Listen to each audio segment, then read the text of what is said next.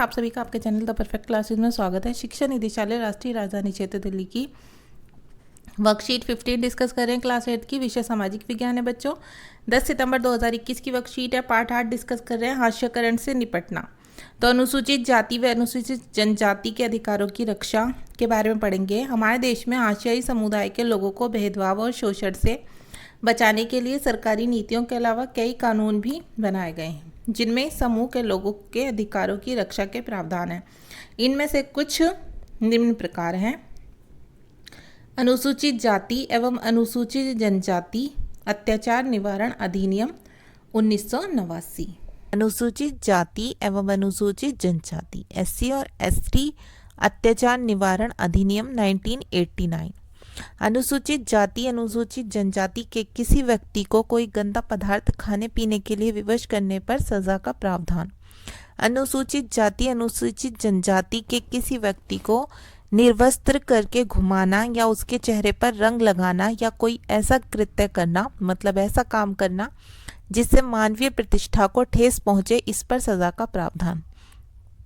अनुसूचित जाति अनुसूचित जनजाति के किसी भी व्यक्ति के नाम पर आवंटित की गई जमीन पर कब्जा करने पर सजा का प्रावधान। अनुसूचित जाति या अनुसूचित जनजाति की किसी महिला को अपमानित करने के लिए उस पर हमला करना या उसके साथ जबरदस्ती करने पर सजा का प्रावधान। ये कानून 1989 में इन समुदायों की मांगों के जवाब में बनाया गया था। इन कानूनों में शारीरिक रूप से खौफनाक और नैतिक रूप से निंदनीय अपमान के स्वरूपों में फर्क कर सूची दी गई है। इसका मकसद दोषी लोगों को कानून के समक्ष लाना था।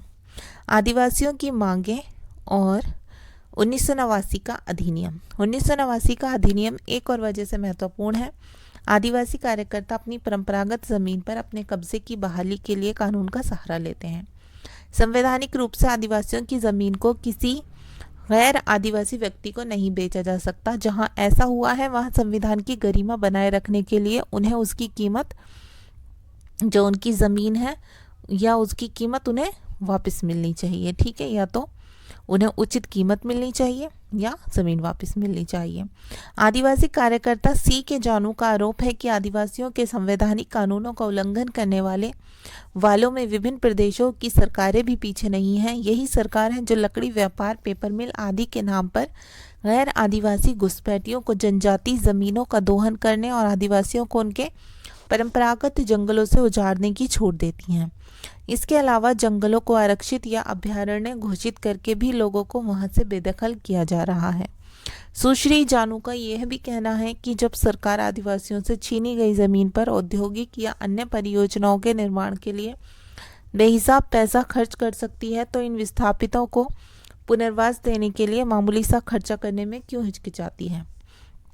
क्रियाकलाप करना है बच्चों। पौधा लगाते हुए अपना एक चित्र बनाओ और लिखो पेड़ों को काटने से क्या क्या हानियां हो सकती हैं।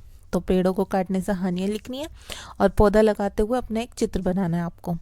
ठीक है, अब क्वेश्चन देख लेते हैं। अनुसूचित जाति अनुसूचित जनजाति कानून बनाने की ज़रूरत क्यों पड़ी? तो इसका आंसर आप लिखेंगे आंसर नंबर 1 में। यह कानून 1989 में इन समुदायों की मांगों के जवाब में बनाया गया था। इस कानून में शारीरिक रूप से खौफनाक और नैतिक रूप से निंदनीय अपमान के स्वरूपों में फर्क कर सूची दी गई है। इसका मकसद दोषी लोगों को कानून के समक्ष लाना था। ठीक है, ये आंसर लिख देंगे आप आंसर नंबर 1 में। अब क्वेश्चन नंबर 2 है आपका, अनुसूचित जाति अनुसूचित जनजाति के मुख्य बिंदु कौन कौन से हैं? तो देखिए, ये जो हमने अभी पढ़े थे ये मुख्य बिंदु हैं। ये देखिए, यहाँ से आप लिखेंगे, ये पूरी हेडिंग डालेंगे पहले तो। ठीक है, SC ST और अत्याचार निवारण, और फिर ये चारों पॉइंट लिखेंगे। मैं एक बार फिर से पढ़ देती हूँ। फर्स्ट पॉइंट लिख लेंगे, ऐसे करके ही टेबल बनाकर लिख देना या पॉइंट डालकर लिख देना। अनुसूचित जाति अनुसूचित जनजाति के किसी व्यक्ति को कोई गंदा पदार्थ खाने पीने के लिए विवश करने पर सजा का प्रावधान। सेकंड पॉइंट, अनुसूचित जाति अनुसूचित जनजाति के किसी व्यक्ति को निर्वस्त्र करके घुमाना या उसके चेहरे पर रंग लगाना या कोई ऐसा कृत्य करना जिससे मानवीय प्रतिष्ठा को ठेस पहुंचे, इस पर सजा का प्रावधान। थर्ड पॉइंट डालकर लिख सकते हैं, अनुसूचित जाति अनुसूचित जनजाति के किसी व्यक्ति के नाम पर आवंटित की गई जमीन पर कब्जा करने पर सजा का प्रावधान। और फोर्थ पॉइंट डालकर लिख देना, अनुसूचित जाति अनुसूचित जनजाति की किसी महिला को अपमानित करने के लिए उस पर हमला करना या उसके साथ जबरदस्ती करने पर सजा का प्रावधान। तो ये आपका आंसर 2 हो गया। अब क्वेश्चन नंबर 3 है बच्चों, आदिवासियों को उनकी ज़मीन क्यों वापस मिलनी चाहिए।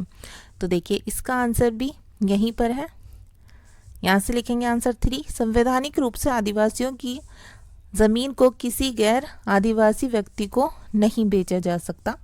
जहाँ ऐसा हुआ है वहाँ संविधान की गरिमा बनाए रखने के लिए उन्हें उनकी ज़मीन वापस मिलनी चाहिए।